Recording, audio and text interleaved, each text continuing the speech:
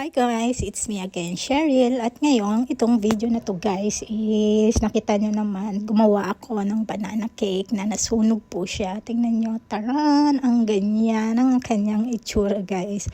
Siguro is nalakasan ko yung apoy kaya naging black ang puwet niya. So ayan, titignan nyo. Parang, so nag-experiment lang ako guys. Hindi talaga ako marunong mag-bake. Ginawa ko lang yan. At titignan natin kung naluto siya sa loob. So, kumuha ko ng plato at ilalagay natin dyan. Pero bago natin ilagay dyan, guys, is kailangan muna natin siyang hatiin. So, ang lasa niya, guys, is hindi naman sobrang sama. Kahit pa paano is okay naman ang lasa niya. So, walang choice ang aking asawa na hindi niya kainin. So, ayan, hinahati ko na ang aking banana cake. So, ayan, nahati na siya.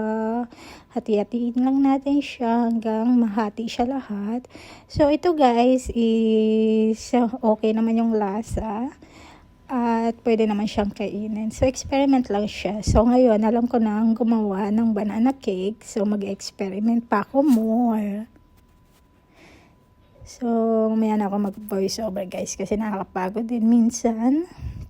So, ayan guys. So, sobrang init guys. Napaso ang aking kamay. So, ayan. Hinahati ko lang siya guys. Hinahati natin siya dahil sa mainit siya. Hindi ko siya masyadong mahati ng maayos. Ayan. Ang last part niya. Ouch. Yan. Napaso ang lola nyo. So, ayan.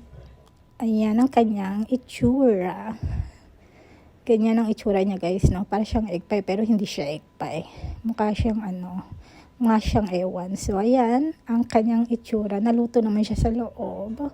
Pero sa puwitan, sunog na sunog.